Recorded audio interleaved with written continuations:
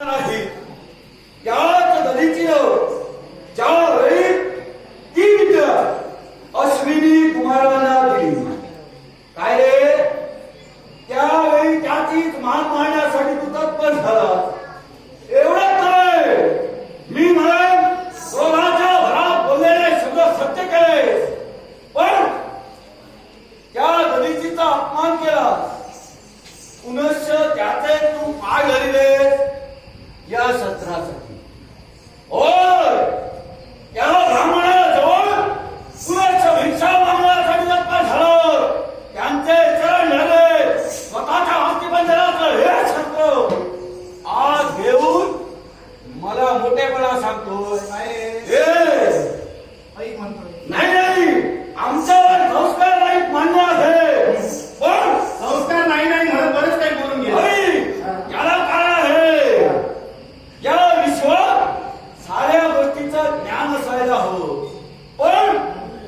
ते कुठे वापरावं हे आता मी जाणलोय आता तू जाणले कारण आमच्या जन्माच्या खपला तू काढतोय अर्थात तुझी मान वाढल्याशिवाय तर आता म्हणतोय आता तू सांगितलंयस मी हे शस्त्र कसं प्राप्त केलं मला सांग रे हे तुला कसं माहिती पडलं मला माहिती पडलं म्हणजे तू आता बोललास माझा आता तुझा जन्म झाला लगेच तुला ज्ञान आलं सांगणारे गुरु बरेच भेटतात एवढ्या लवकर तुला सांगितलं ज्यावरती या विश्वपटांगणावर केवळ अनाथ म्हणून फिरणारे आम्ही लोक इथपर्यंत मार्गदर्शनाला इथपर्यंत ज्यावरती आम्ही मार्गदर्शनाला आलो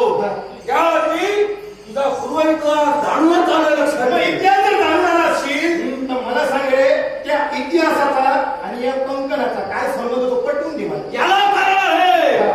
ज्यावरती आम्ही तुझ्याजवळ हे कंकण मागू शकत नाही त्यावरती ज्या दलितीचा तू वध केला होता त्याच्याजवळ तू जसं शस्त्र मागितलं तसंच आम्ही हे कंकण मागतो कंकण मागतोस पण कंकण मागायची तुझी स्थिती चांगली नाही का म्हणून? मला सांग रे मी ते शस्त्र मागितलं मी ते कृत्य केलं ते मी स्वतः पचवलं आणि या सिंहासनावर आरूढ आहे तू काय केलं तुझ्या आयुष्यात तुझं कंकण हिरावून घेतल्यानंतर ते